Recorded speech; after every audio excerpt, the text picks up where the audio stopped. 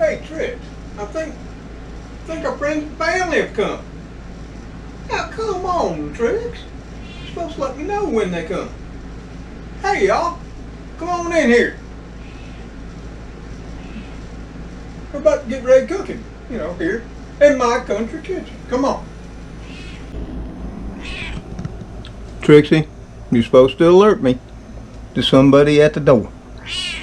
Don't do that. Give us a break, okay? Not that we mind, but you're supposed to be my alarm system. You're not doing very well, okay? Well, hello there, friends and family. Glad to see you over here at my little old country kitchen. You have to excuse it. It's sort of a clustered mess at the moment. But I'm putting something together today that I thought you might enjoy. And it goes way back in the history of my family to the Great Depression. Yep. First time I remember eating this was with my great grandmother. And she was on my mother's side and living up in Johnsonburg, Pennsylvania, up on a steep mountainside. And we lived with her from the time I was born, shortly thereafter, her and my great uncle Charlie, till I was nearly 5. Because my father was overseas in Japan and then Germany, and couldn't take us with him. And she was not by any means a woman of means. My great grandfather had died before I was born, and she had to make do. And what she had from renting out most of her house, in fact, she actually lived in the bottom story, which was carved out inside the mountain, actually more basement than above ground. And she rented out the top 2 floors. Of course, got her Social Security. But, she went through the Depression and my grandmother, of course, raised my daddy, and on my mother's side, my mama, during the Great Depression. Of course, both my parents were born in 1937 towards the end. And what I'm going to be showing you and sharing with you is something that was extremely popular during the Great Depression era and remained popular not only in the 30s, but later in the 40s, during World War II, when rationing was something that was going on in America. And if you're not familiar with the rationing, you could only get so much meat, so much sugar, so much of everything. And I think, based on looking back and doing research, you could only get like 6 ounces of meat per person, per household, a week. And that ain't much. Think about that.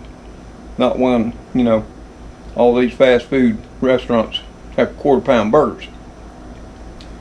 That was for an entire week. So macaroni salads became extremely popular. And they remained popular during the 50s, the 60s, during my childhood, even through the 70s into the early 80s. So I'm going to show you one of them that the ladies in my family, 3 generations, and now me, the 4th, have made. I'm not going to bulk it all up. Way more meat and all kinds of things. I'm going to, stick primarily to their recipe. Now, I have jazzed it up some for more flavor, I think. Because they never had a lot of spices, other than garlic powder, onion powder, poker seasoning. It's very limited, salt, pepper. So I've added some things to make it more tasty. So let me show you what you'll need. And there's so many variations of this. In fact, I can remember the ladies in our family, they made this, as I'm going to show you, with chicken. And they made it with ham. And they actually even made it with beef. But those will be other videos if you care to see them. And I'm going to tell you what, they were all tasty. And all remind me of childhood, and they're all comfort food. So let me, here again, show you what you need. and we'll get on with this. So we got, I think, everything laid out. And if I don't, I'll add to it as, we go through the process. But I think I do. Because it looks like a lot, don't it? Well, some of it you use in one stage. Some of it you use in the finishing stages. But you're going to need some type of meat. Like, say, for today, we're going to be making chicken macaroni salad. And yes, this is a cold salad. And I've got here 2 chicken breasts. Boneless. Now, sometimes I use 2, 3, or 4. But the whole purpose of this salad, and what I thought would be pertinent to this pandemic is, in some places still, meat is hard to come by. And what I remember them always doing, because this was a meal, why it was popular is because it would stretch the meat and feed an entire family. So we've got those 2 boneless chicken thighs, and I use them because I've told y'all many times, the flavor's in the dark meat, folks. Ooh, yeah. Now you can use chicken breasts, that's what you want to do, but I use the thighs. And then, of course, I got me some ribs of celery with the leaves, and you'll have you about 2 stalks. But since these are small from the very heart, I've got 4 small stalks. I got me a nice yellow onion. You could use one of them there high-priced sweet Vidalias, and that, or you could use a red or a white if that's what you want to do. I just prefer the yellow. We got some apple cider vinegar right there, and of course some salt, just regular old salt, non-iodized. Some pure ground black pepper. And we got elbow macaroni. That's what we're going to be using today, and that's 8 ounces. And of course, back in the day, the ladies would use a pound because they were stretching meat and veggies. But today, I've got a package of 8 ounce, and that's another thing I want to talk about in our household. And I remember my elderly ladies in our family, my grandma and great-grandma, they didn't have no fancy pasta. Elbow was the mainstay. Of course, we had spaghetti noodles. And when they really wanted to be fancy, and that's why I got these out, they'd use these shells. Yep, sure would. Like when they were going to take it to a church brunch or have company over. But we're going to save them. You're going to need some thyme leaves, some dill weed, minced dry garlic, yep, and you're going to need some minced onion. Now you might ask right then, why you need the dehydrated onion and you got fresh onion? Well, we're going to be using that minced onion in one of the preliminary stages of getting this thing whooped together. And then in the finishing stages, we're going to be using that fresh onion. You're going to need some rosemary. Yep. Some paprika. That'll actually provide the finishing touch. Make it look all fancy. Then you're going to need some mayonnaise. Now, of course, I'm here in the South. And it'd just be sacrilegious if I even thought about using anything but Duke's. If you haven't tried Duke's, ooh, the flavor of the South. Really should. But if you want to use Miracle Whip, which is what I grew up on, and all the ladies used in my family, then by all means, or Hellman's, Best Foods, or Saunders, Bama. It's your choice. You're going to need some good old yellow mustard. Now I know you can go online and see macaroni salad, tell you to put some of that there fancy high-priced Dijon mustard in there. We didn't have no Dijon mustard when I was growing up. None of my 3 ladies had it. Never saw it. Till I moved away from home, and even then, I would never buy none till I was making some decent money. And you're going to need some peas. Now I got what's left of a bag of frozen peas. Now the ladies in my family, they would never even use frozen, they would have used canned. And that works just fine too. Yes, ma'am. And of course you need a measuring cup, some measuring spoons, a nice sharp knife, a cutting board, and a bowl. You gotta have a bowl to put it in. Oh, one other thing you're gonna need. You're gonna need some either hard-boiled eggs or like what I got here. Just finished these up before I saw y'all walking into the dining room. These are steamed eggs. And Lord knows I've tried every way under the sun to cook eggs to get them where they peel just as nice and smooth and beautiful. I've never go ahead and let them get old. Didn't work. Sort of kind of worked. I put vinegar in them, baking soda. I baked them. You know, had mixed results. But once I started steaming them, ooh, my eggs come out slick, shiny, without perfections. And the reason I went all through that, because me and my daughter, we just love deviled eggs. Of course, you want to look pretty. And had to come up with a way to get them looking that way. And steaming your eggs comes out right every time, and it's so darn easy. If you want to see a video on that, I can do it for you. Of course, you're going to need a pan there to boil up your pasta. Yep. Of course, toward the end of the pasta's cooking time, we're going to throw them peas in and give them a little heat too. Not much. So that's basically it. Everything you're going to need. So, let me get started on this. Get things sort of slid back. And start dicing and slicing. Plus we'll get this chicken started, because that's where all the magic starts. Well, we got the chicken dropped in there, and there you can see those two tasty boneless chicken thighs. Ooh, those are going to be flavorful.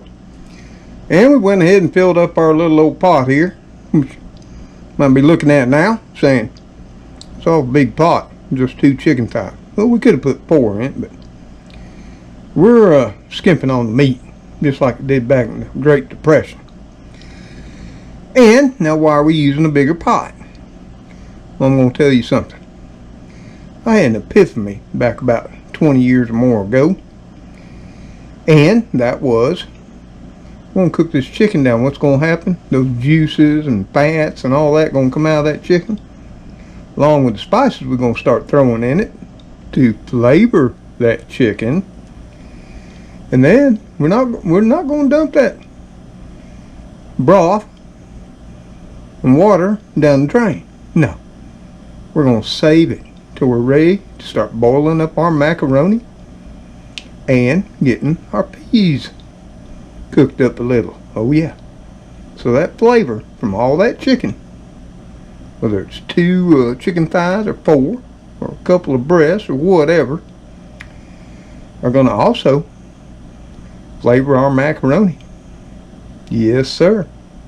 Little pro tip there for y'all. So, let me get y'all set up. We're going to start adding some flavor to this here pan. Then we're going to place a little lid on it right here. And we're going to get it a-cooking. So, we got to add some flavor in that water. The first thing we're going to do, we're going to add a little bit of salt. Yes, sir. Here again, this is just old regular table salt. And we're going to put this in a nice teaspoonful. Just like that. Boom. Yep. And next thing we're going to drop on in there, of course, is ground black pepper. Yep. And we're going to drop in, you see that right there? Half a teaspoonful. Just like that. I love my pepper. Next up to that is going to be some thyme leaves. Yes, sir. Got to put that flavor on in there, and we're going to drop in a half a teaspoon of that too. Now understand, all this is going to help flavor that macaroni when we cook it up a little bit later. And then of course, now you know why we're going to be putting in dehydrated minced onions. Because we're going to be putting half a teaspoon of them in this water too, right there. Ooh, that's going to give it some flavor, I'm telling you. And then of course, some dehydrated minced garlic. Boy, you should smell that. That minced garlic.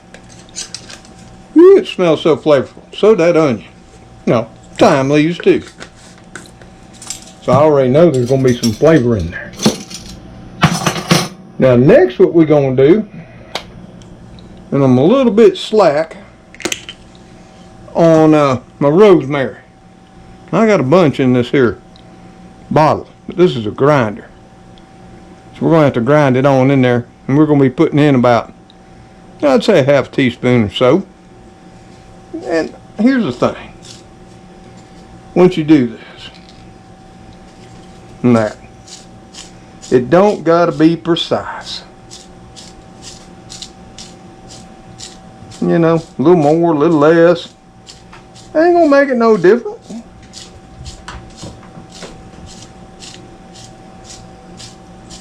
There we go. Now, all the flavorings in there. Let me get a spoon because we're going to stir this up a little bit. And of course we're going to use one of my ancient wood spoons. We're just going to give it a quick stir. Now, I'll say this right here, because I know in the comments I'm going to see this. Well, I use rotisserie chicken. And mine, well, that's just fine. But like I said, sort of got a pandemic going on. At least I believe we do. Now, I'm not going to go out and buy no rotisserie chicken right now. Others may say, I bake my chicken or grill my chicken. All of that's good alternative. And then some are going to say, well, we can't come up with any fresh chicken right now. And you can use canned chicken. I have resorted to that at times. Then we're going to put a little lid on it here. Right here. Why? And this lid don't quite fit. So I sort of got to balance it on top. And it's vented.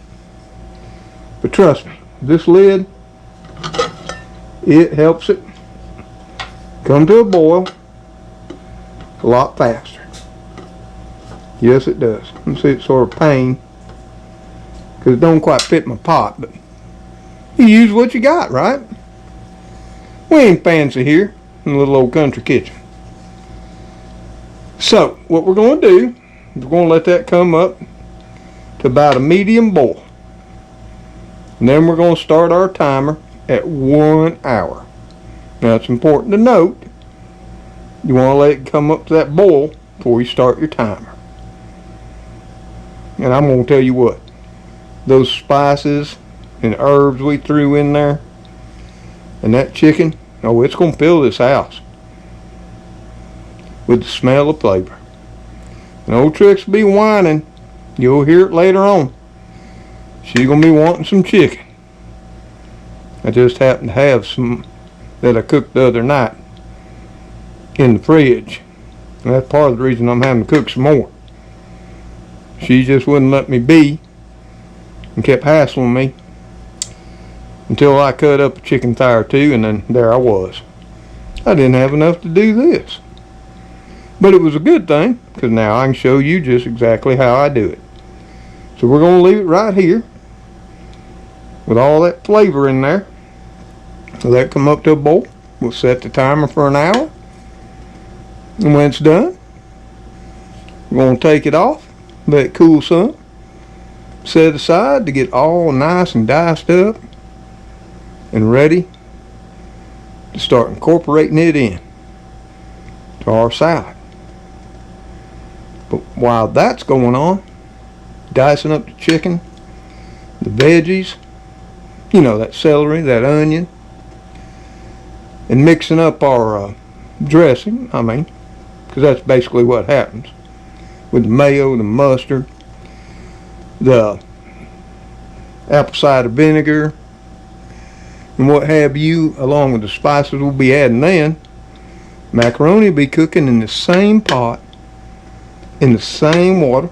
We might have to add some, granted. And it will be infused with the chicken and herb flavor. So y'all come on.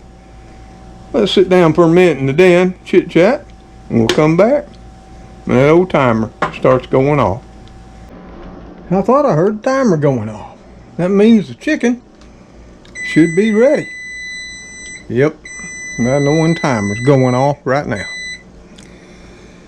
And we've had that chicken on a good rolling boil there, on a covered pot, for 1 hour since we got it up to that rolling boil. Not sure you can see it in there, maybe you can. So it's time to turn the burner off. And what we're going to do right now, oh my Lord, I wish you could smell it. Woo, that thyme, rosemary in there. Whew. That there minced garlic, minced onion. Whew, it's got the whole house smelling flavorful. It's a Trixie in here in a minute, screaming at me for some of this chicken. It's a good thing I got a couple of chicken thighs I cooked up the other night still left, so she can't have these. Whew. Oh yeah.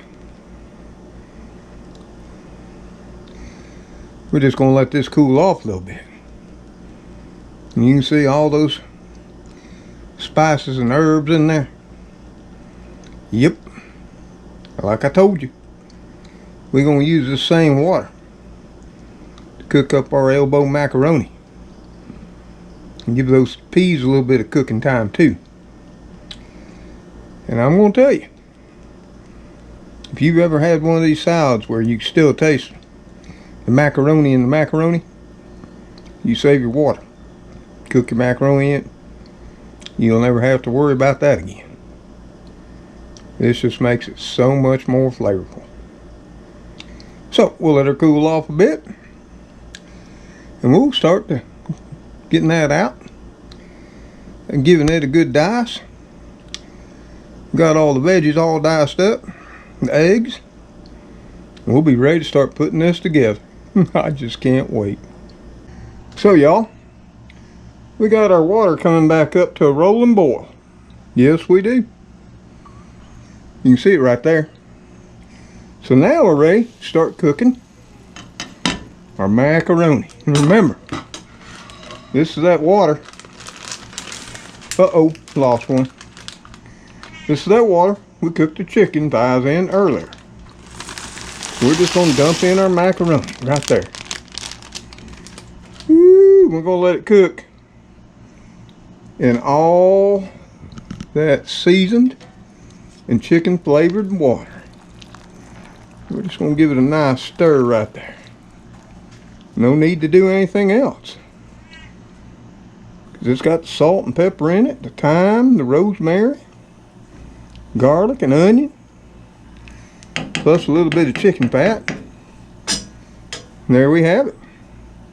Just need to put the pot back up to temperature and throw the lid on. And we're going to let it come back to a rolling boil, and we're going to let it cook for about 8 minutes. Just that easy. Yep, you don't want to overcook it though, so we better set the timer.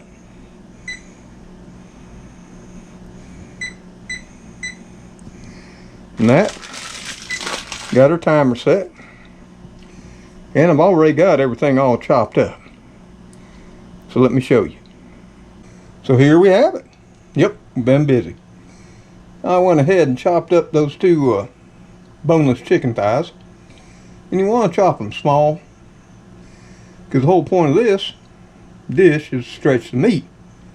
So the smaller you chop it up, the more chance spreading that small amount of meat all through the salad. I've got two steam boiled or steam cooked hard boiled eggs, chopped the same way, as well as half a cup chopped onion and half a cup of celery. So this is all ready to go in there. Once that macaroni finishes up, and we'll drain it, let her cool, and we'll get ready to start throwing this in the bowl and putting this thing together. Now we got to put our peas in there, because we only got around 3 minutes left for this here macaroni to be just fine. So we're going to take our frozen peas. Like I said, you could use canned. Women in my family always did, but we're just going to dump them in. You know, and that's about a half a cup of peas. That's all I had left. So we're going to use them on up. Put the lid back on, and we're going to let her finish cooking up. Once it gets done, we're going to start draining it. Well, there you have it. Ooh, look how green those frozen peas come out. That's why I like using frozen peas. They just look so vibrant. Unlike canned, which sort of look darker green and dull. But now, we got to take this over to the sink and drain it. Okay? So let me put y'all up over there and get these drained so they can start cooling, which is important. You want to let this cool some. So when you're mixing, you know, your chicken, which is been cooling, in the fridge, your eggs, celery, and onions. Plus, we're going to be adding mayonnaise and all the other ingredients. You don't want this hot. You know, it'll make everything runny. That's not what a cold salad's all about. So, let's get over to that sink. Ooh, this is hot, Tricks. Get out of the way. Yes, sir. We're just using our little old colander. Should be plenty. Ooh, yeah. There we go. Now, I could have saved that basic broth that came about when I was cooking that chicken. But, being here by myself, I'm trying to drain it through a colander into something and then put it up. I just didn't have it in me tonight. Plus I got y'all here and we got 2 hands, so we're gonna let this cool some. And that sometimes you just can't save and utilize everything. So we're gonna let that cool for a bit, and then we're gonna come back, get all the ingredients together, start throwing in the seasoning, the mayo and the mustard and the vinegar, and get this thing wrapped up for tonight. It'll be okay, Trip. Well, now we've let that macaroni and peas get down to room temperature. Well, at least cool down. And that's important. You don't want your mayonnaise separating on you. That's another one of them pro tips from an old cooking engineer. Me. Woo. I tasted just macaroni and peas with all those spices from the chicken and the juices. Whew. You throw some mayo in this, be just fine. But now we're gonna start raking off that chicken that we just chopped up nice and fine. There. Now I do it this way so I sort of get a little better distribution. been dumping it all in one pile. The same way here on the veggies and egg. Just sort of rake it off in there as we go around. Don't we, Tricks? Yep, Papa's got his methods, even though they might seem like madness. And we're just going to do the same old thing with that celery. Just try to distribute it around too. Saving some mixing. Now, for the egg. You know, I watch people. Watched even my mom, my grandmamas. They just dump it all in there. And then mix. But I can tell you from experience, you might end up some macaroni salad didn't have all this here goodness in it. So there we have it. Yes, sir. So now, I'm getting ready to put the ingredients that are going to make it so much more better. And the first thing we're going to put on in there is a tablespoon apple cider vinegar. Yep, sort of, kinda.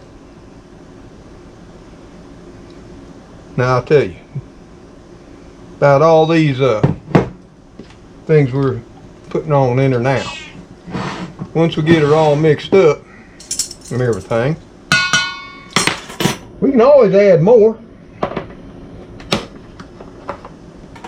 Sure can.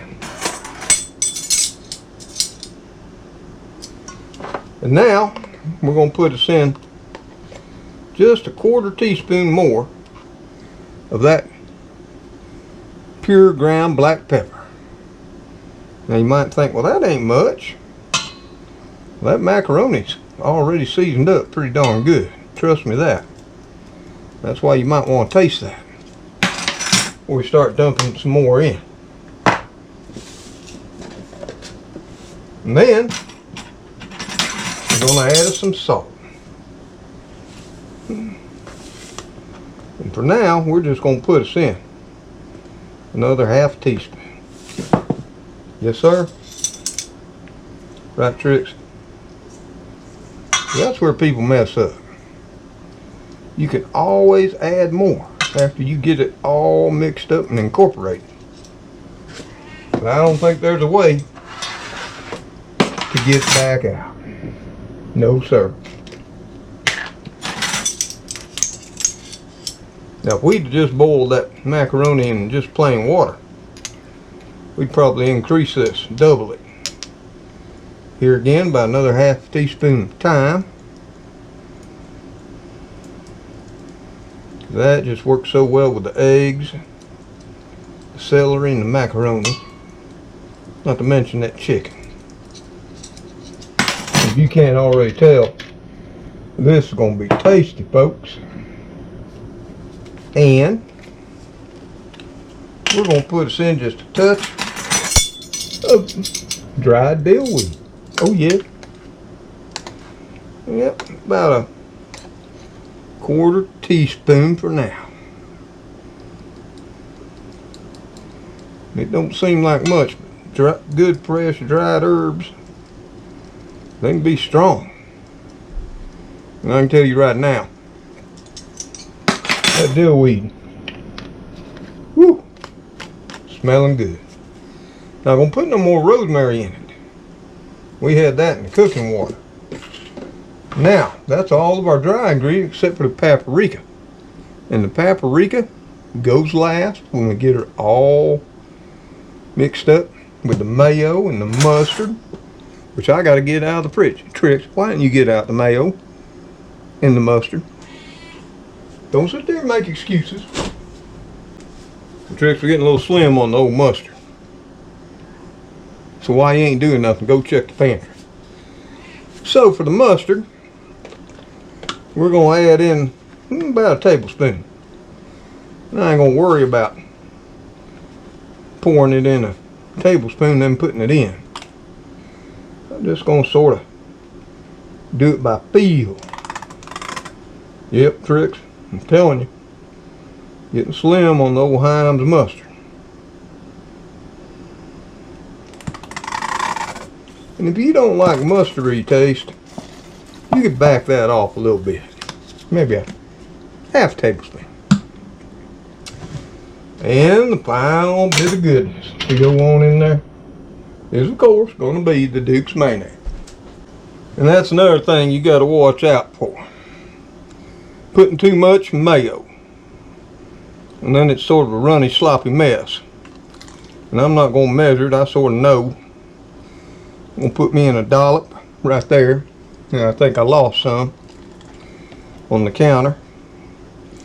Another dollop right there. And another dollop right there. And just a touch right in the middle. And then I'm going to start mixing. And if it don't seem creamy enough to me, well, I can add more. Get out the old spoon here. Give everything just sort of a slather on top. You know. And start mixing. Yep. This is where you're going to get your workout. And it's no wonder some of us used to eat out all the time, which wasn't me. Lord, I know so many people that do. You know, don't cook no more. Don't burn up no calories of making the food, let alone buying it, toting it in the house, you know, putting it up. Nope, you just go buy an old restaurant. Maybe people will return to that, you know, cooking more at home, like back when all of us grew up. Oh yeah, I think that's going to be perfect for now. But I'm going to tell you something. I'm going to put this in the fridge overnight. Of course, I'm going to taste it right here in a minute when I get through mixing it all in there. And I know this has probably happened to all of y'all too. Like right now it all looks nice and creamy and woo, and the smell just knock your socks off. Then you'll get it out tomorrow and it sort of looks dry. And first thing you're going to want to do is wonder why it's not creamy no more. Well, macaroni and everything sort of soaks up some of that mayo. I'm sure you know what I mean. If you never made macaroni yourself, you'll experience it, trust me. Now, most people are going to throw a little more mayo in there. Get her back creamy. But, I'll tell you a couple tricks. My grandmother and my mama used. They'd get it out, and it'd be sort of dry like that. Now, I know my grandmother, they'd add a little bit of milk, sure enough. They'd add a little bit of whole milk to it. Stir it around, get her back all nice and creamy. Yep. Now my mama, sometimes she'd do that. And I mean, they might put a little more mayo in there. But I've seen a couple of times, mama didn't use milk, she used butter. And mama loved butter to death. Yep, mama loved butter, ain't no doubt. And I don't mean margarine either, I mean real deal butter. So she'd start plopping some butter in there. There we have it. It's all nice and mixed up. And it's now, at the time, once you got it all incorporated, that you're going to want to give it a taste. In case you want to add anything. You know? So let me give it a little taste here. See if it needs anything. Oh yeah, that's pretty darn tasty, let me tell you. Better try a little bit more, you know. Or here, y'all have a taste, tell me what you think. Okay, now I'm gonna get me another taste. Well, that's flavorful. Woo! So I'm gonna leave it where it's at. And I know I stuck the spoon in my mouth and double dipped. It's just me here, folks. I don't mind. You know, my mom and grandmother did that too. None of us died. You know, once got up in age, you know, they'd smooch us all the time. What's the difference? So, there you have it. I'll bring you over here and show you. There it is. Right there. The perfect meal during the pandemic. Born from the Depression. In fact, I'm thinking it's almost perfect for the situation we're now facing. You don't have to use that much meat or veggie. That macaroni acts like an extender. And it's going to be hearty, filling. Going to get your protein there from the chicken. Some additional vitamins as well as from the veggies. And then of course you're going to get the energy from the pasta, which is carbohydrate. And which will turn to glucose and provide your body with energy. Now, something I will say here before I run on off. This is a savory salad.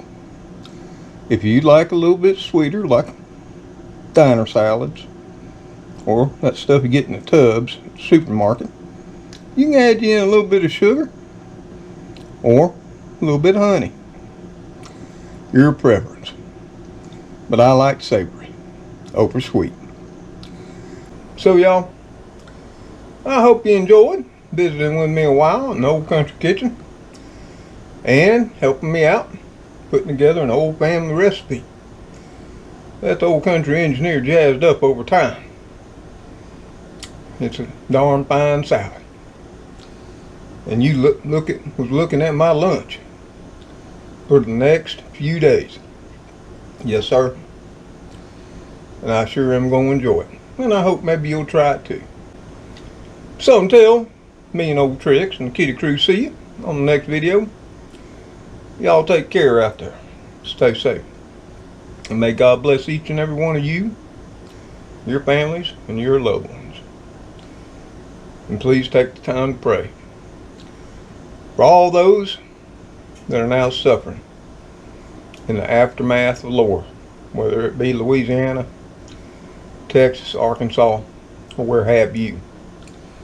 And I'd like to take a second here right now and thank all of y'all for your prayers, your thoughts, and those of you who could, your donations to Regan and Kelly and their children, Southern Boy Prepper.